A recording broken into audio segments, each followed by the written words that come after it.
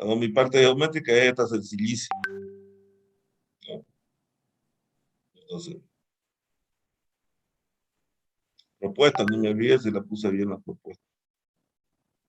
Para abajo, alarga, que acá está mal. Los dos son el tironeo para abajo, ¿no? Este alargamiento.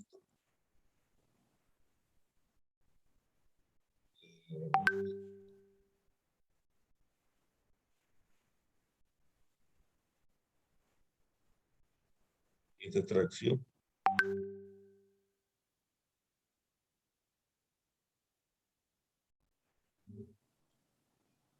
Esta extracción. Entonces yo supongo acá que este punto se mueve acá, por algo se mueve, estado inicial, estado final, ¿no?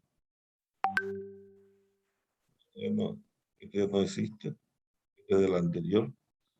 Entonces, estado inicial, estado final. Los dos digo que todos son tracción. Entonces, aplico esta fórmula. Ecuación de equilibrio acá, parte estática. Yo tengo dos sistemas.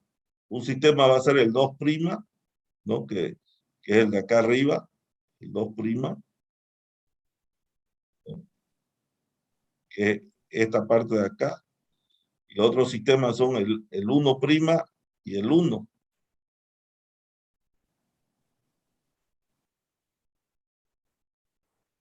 Entonces, tengo la 3, tengo este otro sistema, ¿ves? Tengo el N3 que es sencillo, porque se tracciona y el L3 es sencillo. Y tengo este. Esto ya no es, esto ya cambió.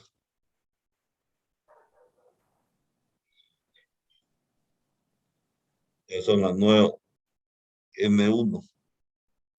Aquí hago sumatoria de momento en 1' y hallo M1. Hallo sumatoria de momento en 1 y hallo 1'.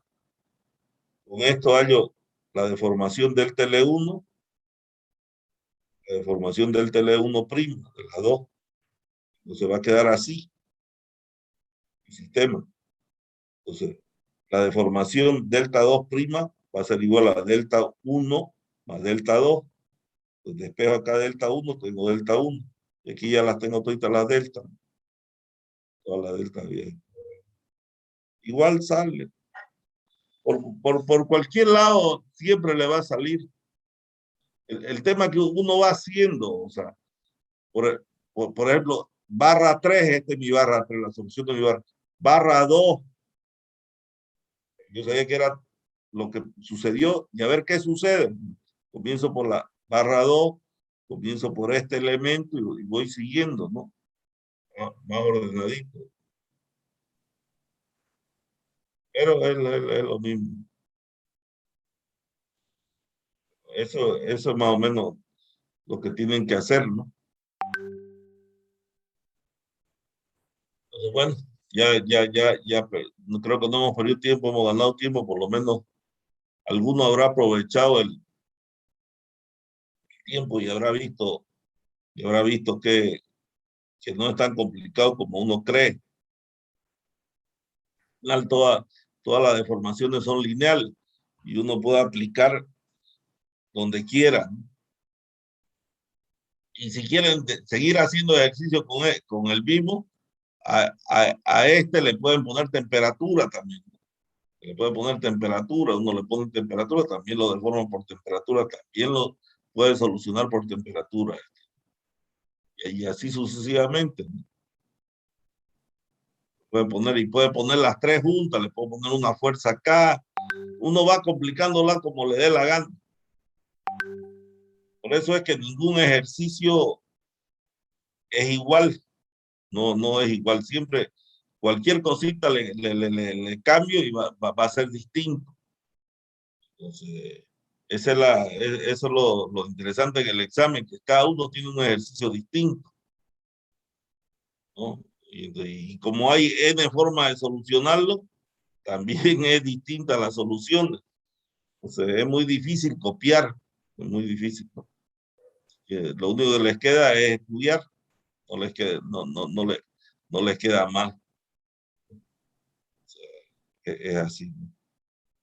Bueno, vamos a continuar con el tema que teníamos para hoy, que es extorsión, ¿no?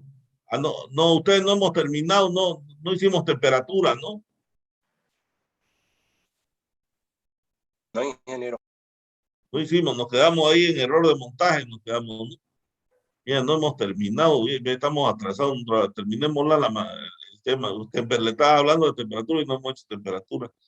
Esto no hemos hecho, esto no va a sí. Vamos, volvámonos a donde estábamos.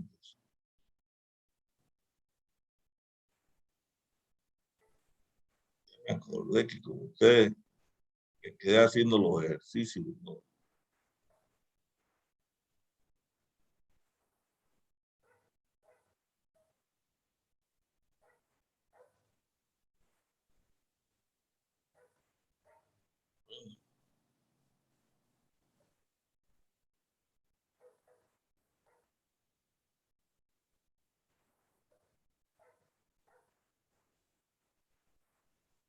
Cuando estábamos, nos tocaba ver, vimos error de montaje. Creo que nos hemos quedado bastante tiempo en error de montaje.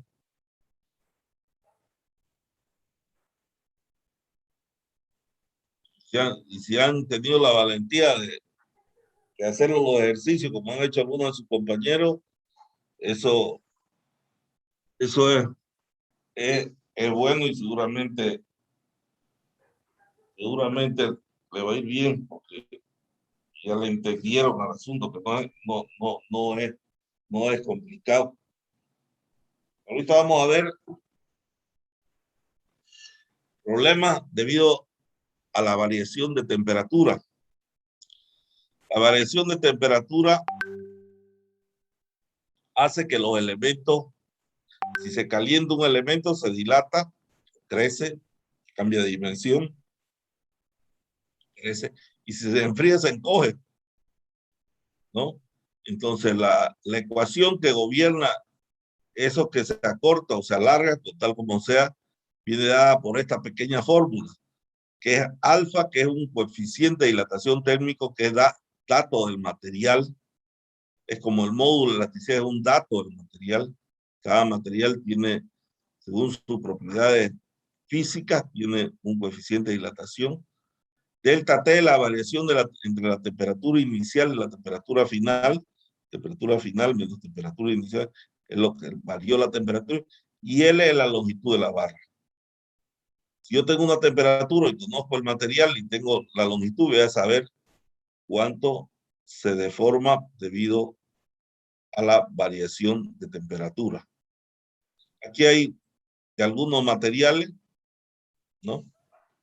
El coeficiente de dilatación térmico que se llama, ¿no?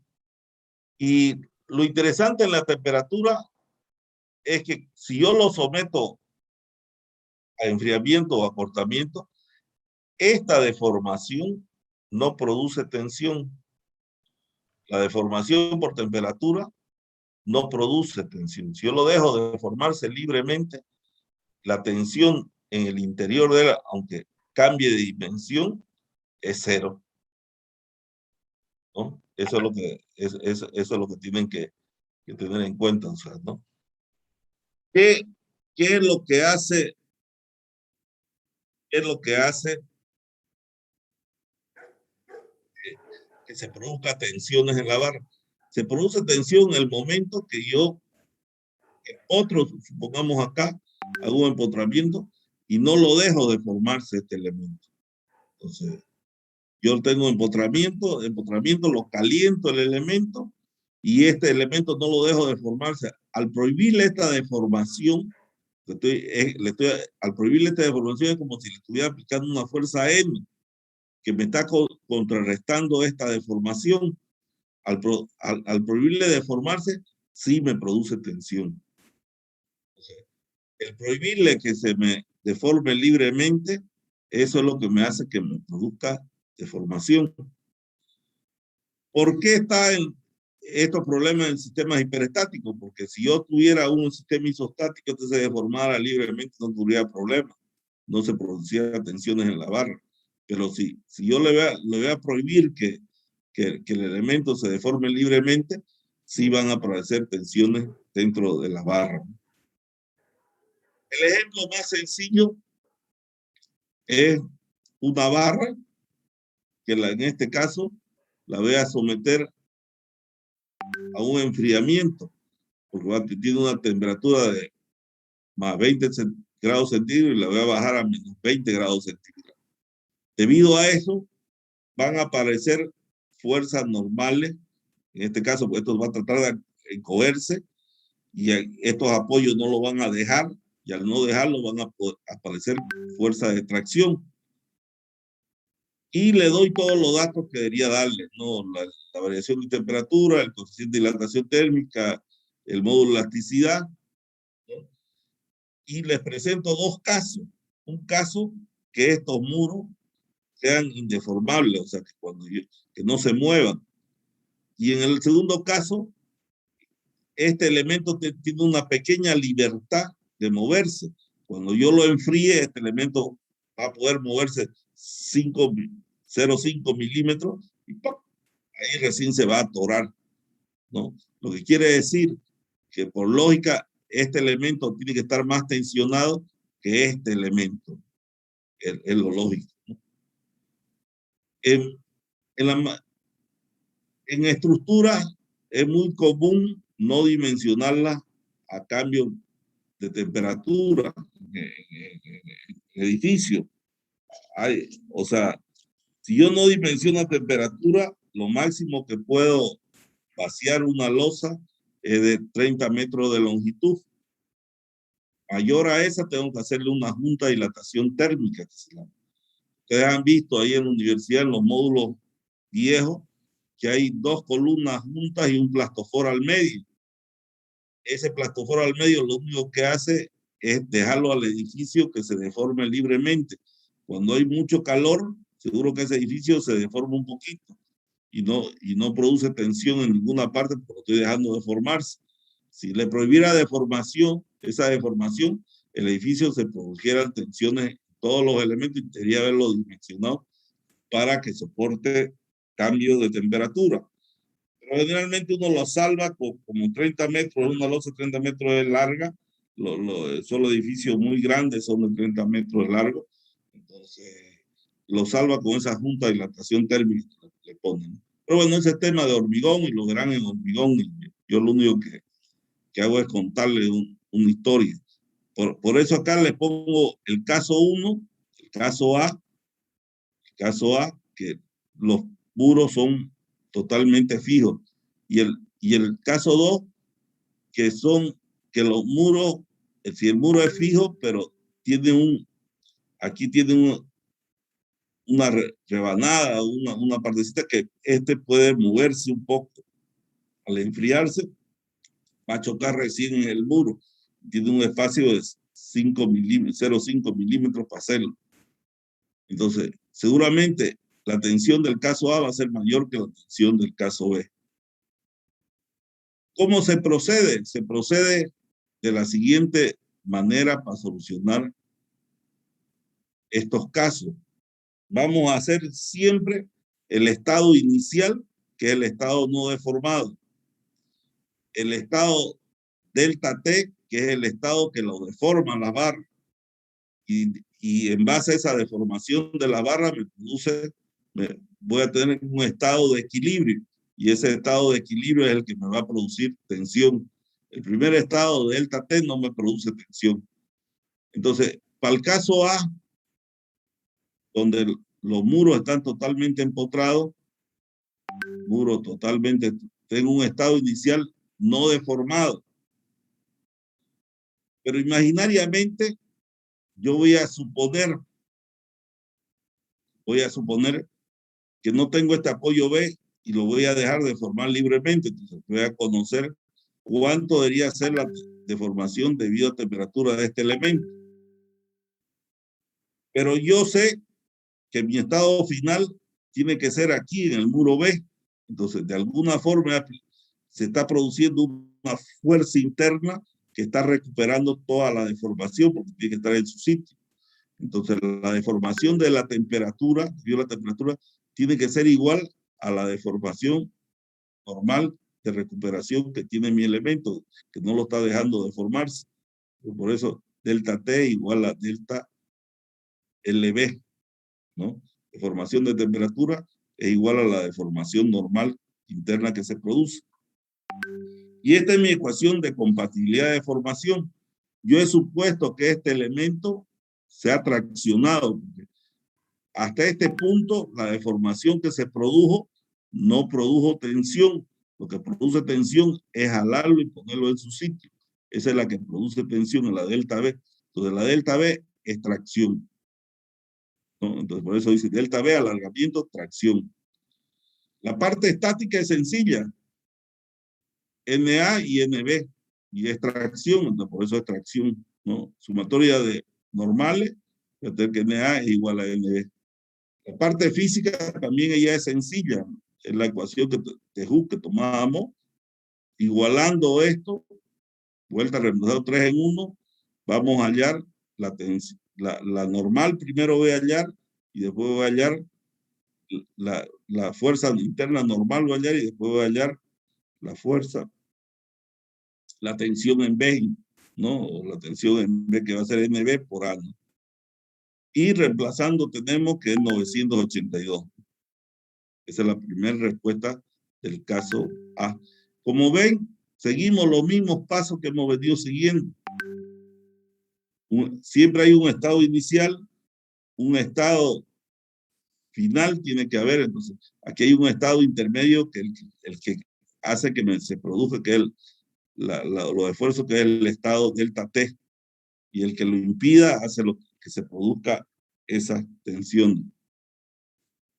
Bueno, para el caso B, este elemento se puede contraer un poquito hasta que tope acá. Entonces yo tengo un estado inicial no deformado. Tengo un estado final delta T, que supongo. Pero este elemento lo único que puede recuperar es este pedacito de acá, que le estoy aplicando también una fuerza de tracción para recuperarlo. Entonces, la deformación por temperatura va a ser la deformación delta LB normal más el, la deformación, el espacio que le he dejado para que se pueda deformar libremente. Esa es la ecuación de compatibilidad de deformación. También extracción, eso no hay problema. Extracción, no, también extracción.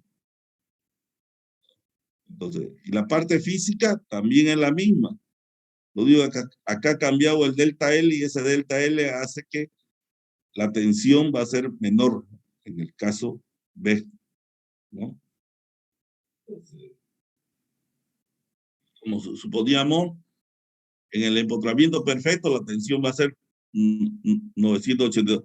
Si yo le haya dado un delta que este muro le haya dado un 0, en vez de 0.5 seguramente que le da uno, le haya dado un valor mayor, puedo darle hasta un valor que esto se me haga 0, ¿no? Esta tensión baja a 0, ¿no? Puedo hacerlo, ¿no? Y se va a producir, ¿no? Que esta tensión sea 0, puedo hacerlo. Entonces, eso puede ser una pregunta, ¿no? ¿Qué espacio tengo que dejarle para que se vuelva a 0 esta tensión? Bueno, pero ese es otro tema. Veamos este otro problema. Vemos una barra rígida, ¿no? Que está soportada por una barra, por un apoyo fijo y dos barras elásticas, una de acero y una de latón. La de acero la vamos a someter a una variación de temperatura de más 30 grados centígrados y la de latón la vamos a someter a una variación de temperatura de menos 30 grados centígrados. Están todos los datos, su área, su coeficiente de dilatación, su módulo módulo de elasticidad y las temperaturas, ¿no? Y nos piden hallar la tensión del latón y hallar la tensión del acero por las variaciones de temperatura que se están produciendo en ambas barras, son distintas. Tengo que hacer una parte geométrica. Siempre tengo que tener mi estado inicial no deformado. Después tengo que tener mi estado delta T. Por eso es que calculo la deformación que se produce debido a la temperatura del acero, con alfa 0 por delta T a 0 por L a 0, se va a producir. Y sé que alarga, porque hemos dicho que este es más. Y sé que la otra corta, porque hemos dicho que es menos, ¿no? Entonces acorta. Entonces estamos diciendo que por delta T el acero va a llegar acá, este verde, si yo lo dejara deformarse libremente. Y si esta barra de latón lo dejara acortarse libremente, va a llegar hasta aquí. Entonces, tengo dos posibilidades de movimiento de la barra. Ninguna de las dos es correcta. Tiene que haber una tercera que equilibre estas dos. Esta situación de equilibrio yo la puedo poner en cualquier parte. En este caso, le he puesto al medio, ¿no? Pero yo puedo ponerla acá arriba, aquí, no. Y aquí es apoyo fijo, por eso es que gira la barra, ¿no? Entonces, la barra acero para llegar a su equilibrio ha tenido que traccionarse. La barra latón para llegar a su equilibrio ha tenido también que traccionarse. Porque hasta este punto no produjo tensión. Lo que hace producir tensión es buscar el equilibrio. Entonces, esta es la barra que se va a equilibrar. Yo voy a hacer una relación de triángulo entre este triángulo y este triángulo. Este será delta TL menos delta LL y este será delta TA0 más delta TA0. Haciendo por triángulo voy a tener que este no sé cuánto mide, aquí lo tengo, ¿no?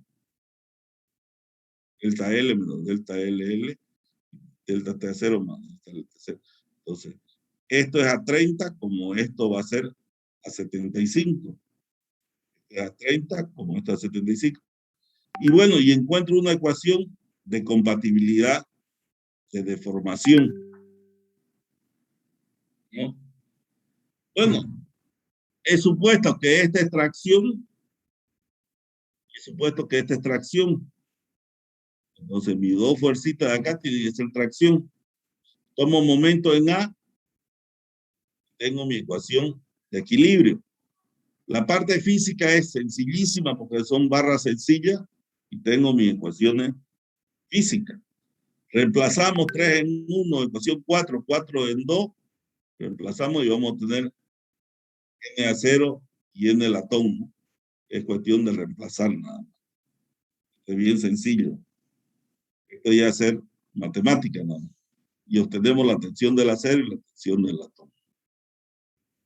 Bueno, y como con eso hemos acabado esta parte de elemento de barra sometido a fuerzas normales. Ahorita vamos a ver, para terminar el capítulo, tensiones y deformaciones en cilindro de pared delgada.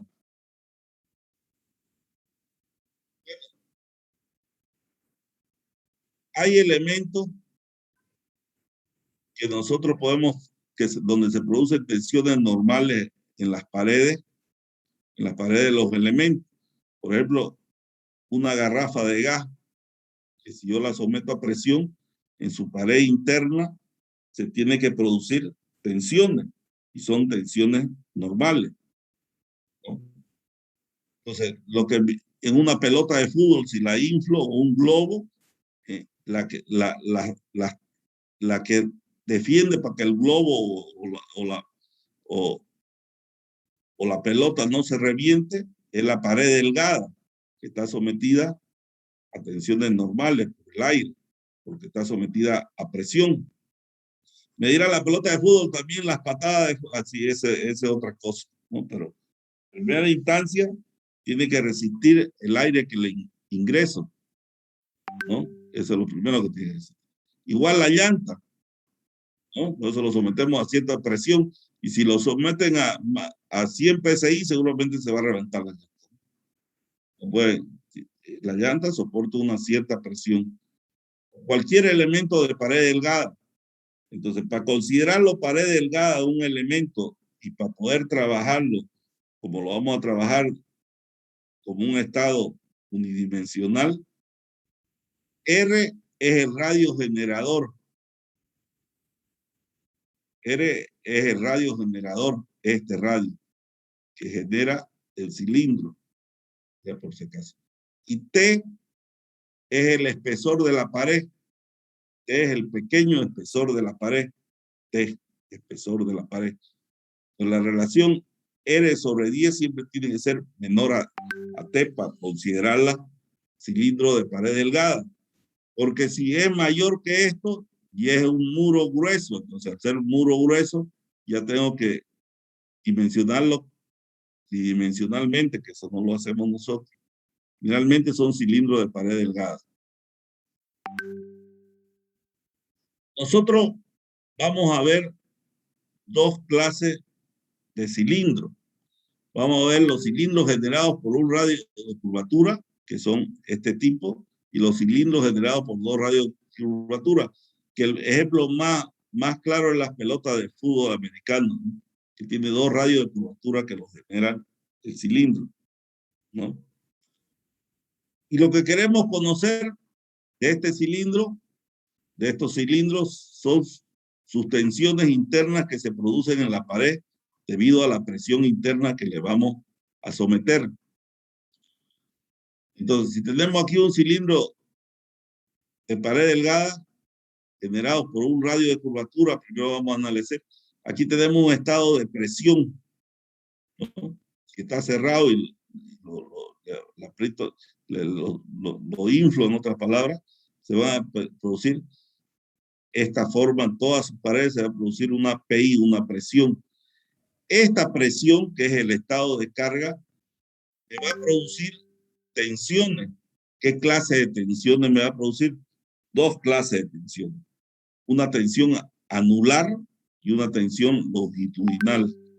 ¿Por qué anular y por qué longitudinal? Porque yo si corto este cilindro y lo veo de arriba, voy a tener que en el anillo, en este anillo que estoy cortando, voy a tener una pared delgada que va a estar sometida a una presión interna. Y esa presión interna me produce unas tensiones sobre el anillo. Si tenemos un diferencial de A, me produce unas tensiones sobre el anillo. A esas tensiones le llamamos tensiones anulares. En cambio, si yo me olvido un poco de estas tensiones en las paredes y me fijo qué está sucediendo, qué está produciendo las tensiones que dan en las tapas, es como si lo estuviera jalando. Es como si estuviera jalando.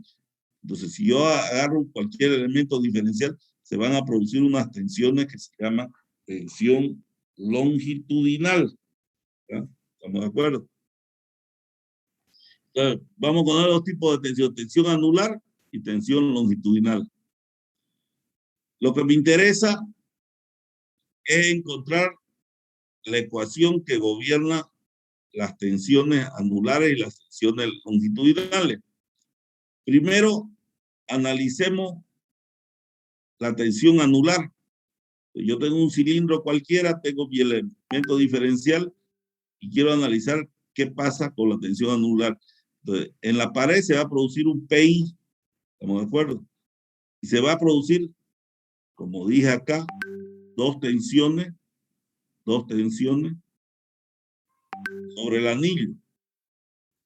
Esas tensiones sobre el anillo tienen que equilibrar al PI.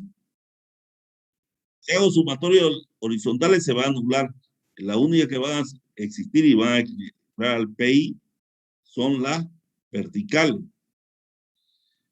Yo no puedo hacer sumatoria de verticales de tensiones, siempre tiene que ser de fuerza, porque las tensiones están en función de un área. Entonces yo tengo, si yo saco este elemento diferencial de acá, saco aparte, voy a tener que es una superficie donde está aplicada una PI, tiene un espesor de cierto tamaño, donde están aplicadas las tensiones. La PI, para que sea fuerza, tiene que ser multiplicada por su área. ¿Su área cuál va a ser? Va a ser ds por dx. La tensión, para que sea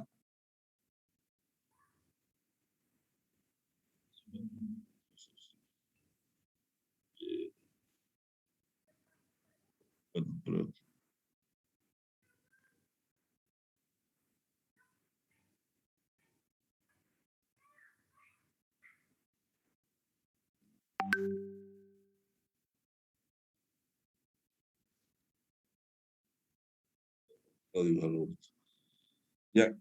Entonces, esta tensión está aplicada en este espesor.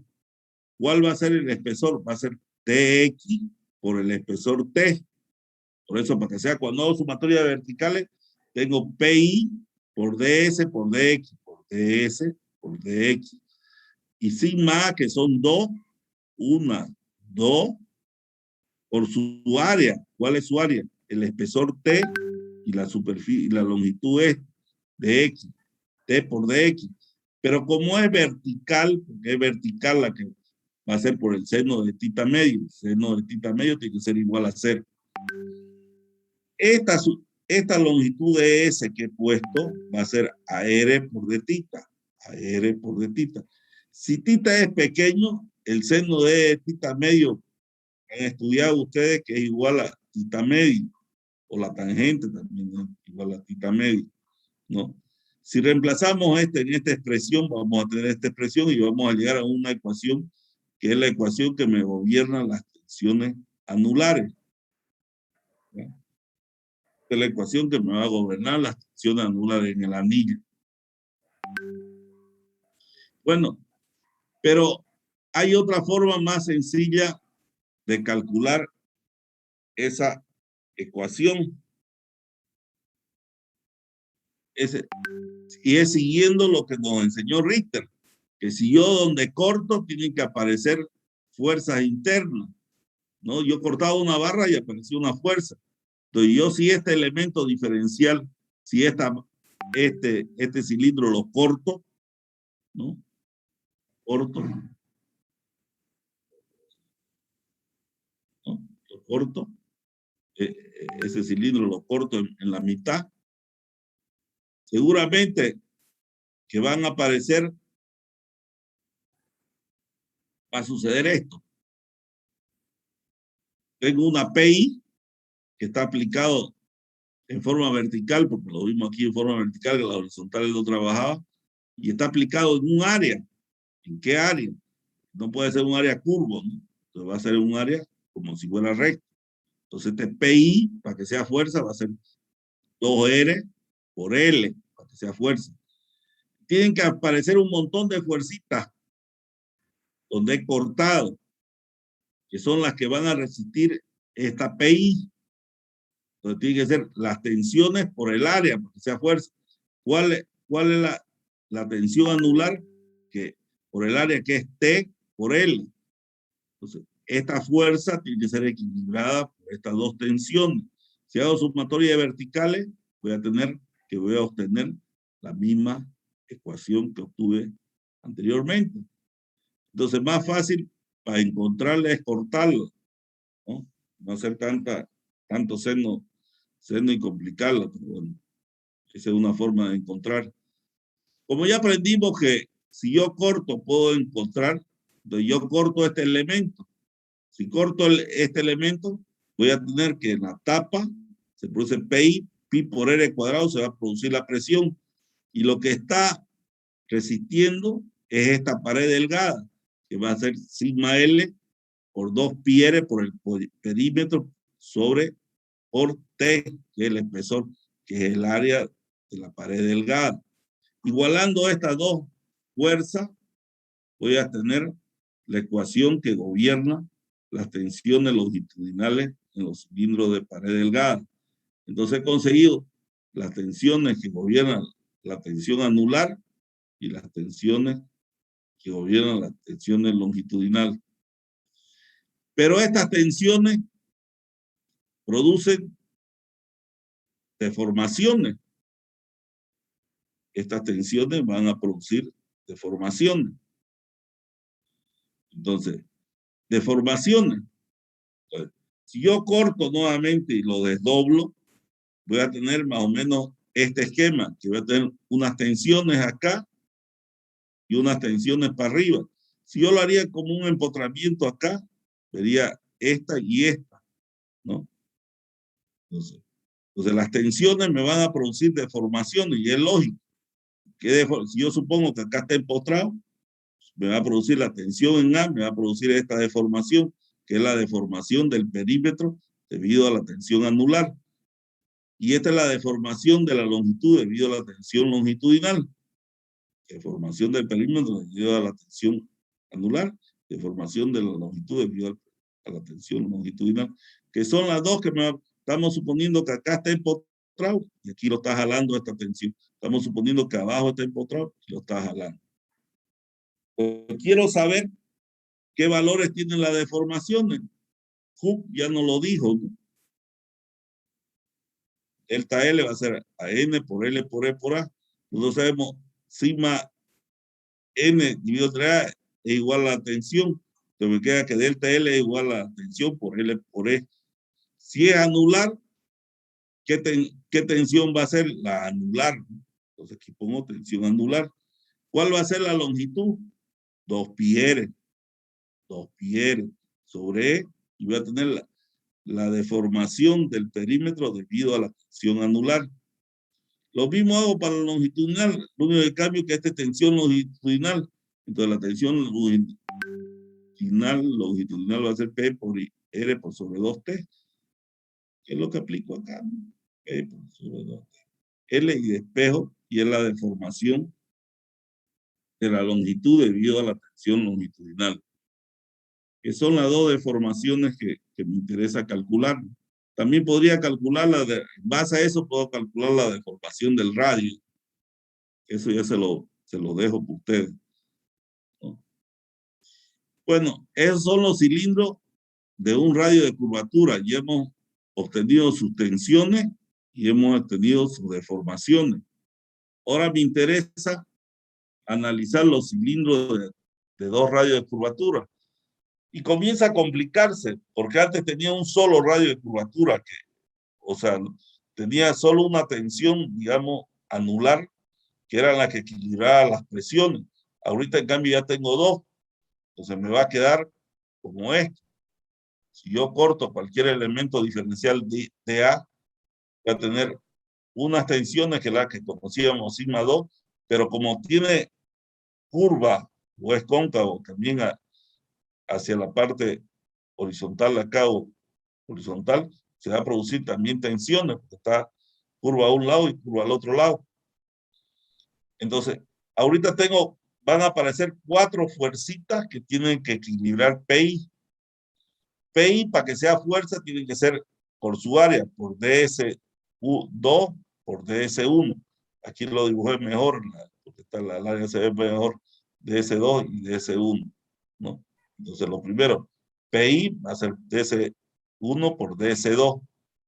Y está resistido por sigma 1 acá, pero solo la vertical, ¿no? Entonces, por su área, ¿cuál es su área? DS2 por T. DS2 por T. Para que sea vertical, tiene que ser el seno de tita 1 medio. Igualmente esto, sigma 2, tiene que ser por su área, por DS1 por T. Por DS1 por T. Por el ángulo, para que sea de tita, seno de tita medio sobre 2. Si sabemos que DS1 es R1 por tita 1 y DS2 es a tita 2 por R2, y sabemos que es pequeño, el seno de tita I medio igual a de tita I medio. Reemplazando, vamos a tener esta expresión, hasta componiendo y haciendo matemática, vamos a llegar a esta expresión, que es la ecuación que me gobierna los cilindros de pared delgada con 2 radios de curvatura. Pero esta ecuación tiene un problema, que es una ecuación hiperestática, porque tengo 2 incógnitas, sigma 1 y sigma 2. Antes tenía una sola incógnita, entonces necesito una ecuación geométrica que me ayude para solucionar esto. Entonces, siempre existe una ecuación entre la variación de este arco con este arco, no puede pillarlo, pero se comienza a complicar. Entonces, lo mejor es cortarlo. Y eso es lo que hacemos ahorita, un ejemplo para mostrarles cómo se soluciona este problema de los radios más fácil. Y es este ejemplo, una pelota de fútbol donde los radios son iguales. Entonces, nosotros podemos calcular las tensiones siguiendo esta expresión, como cortándola. Primero vamos a calcular la tensión que se sucede en las paredes de la pelota utilizando la ecuación que hemos calculado.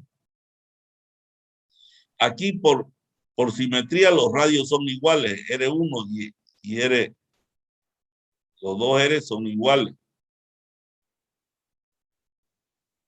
Y las tensiones son iguales también. ¿No? Entonces, tensión 1 igual que tensión 2, R1 igual que R2. El espesor es el mismo y la presión es el mismo. Entonces, aplicando la ecuación, me va a dar que la tensión pelota es QI por R sobre 2T. La tensión que se produce en la pared delgada. Pero a esta expresión puedo llegar yo cortándola a la pelota. La corto. ¿Cuál es la presión que está actuando? Va a ser QI por el área interna, pi por radio cuadrado, que es el área circular. ¿Y quién está resistiendo? Está resistiendo esta fuercita. Y esta fuercita que se llama tensión por 2 pi r, que es el perímetro por el espesor. Esto tiene que ser igual. Entonces, como verán, me da la misma expresión. Me da lo mismo cortarlo que ocupar esta expresión. Esta expresión es muy fácil de ocupar cuando los radios, cuando los radios son iguales. Cuando se cambian los radios, ya comienza a complicarse, ¿no? Bueno, y con eso hemos terminado la unidad 3, ¿no? Ya nos queda poco tiempo para el parcial, entonces pónganse, por favor, pónganse las pilas y pónganse ya a estudiar con tiempo. Después no le va a dar tiempo. Dice, la materia es complicada. La materia no es tan complicada. Es más bien sencilla la materia, pero se necesita un poco de saber pensar y que ustedes pongan un poco de esfuerzo, nada más. Si tienen alguna pregunta, alguna consulta, háganla.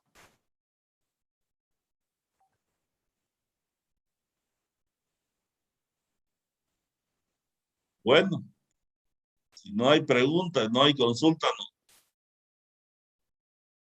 no. A ver.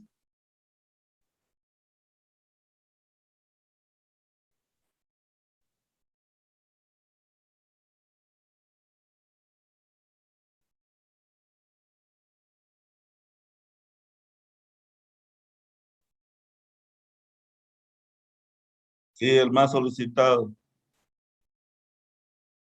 Sí, el peor de los casos. Siempre, agarrar, siempre uno diseña con el valor más crítico. Siempre, ¿no?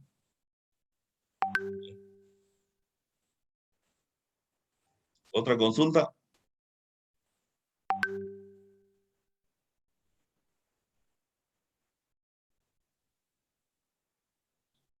Bueno, si no hay más, nos vemos el día miércoles. Gracias a todos. Hasta luego. Hasta luego. Muchas gracias. Hasta luego.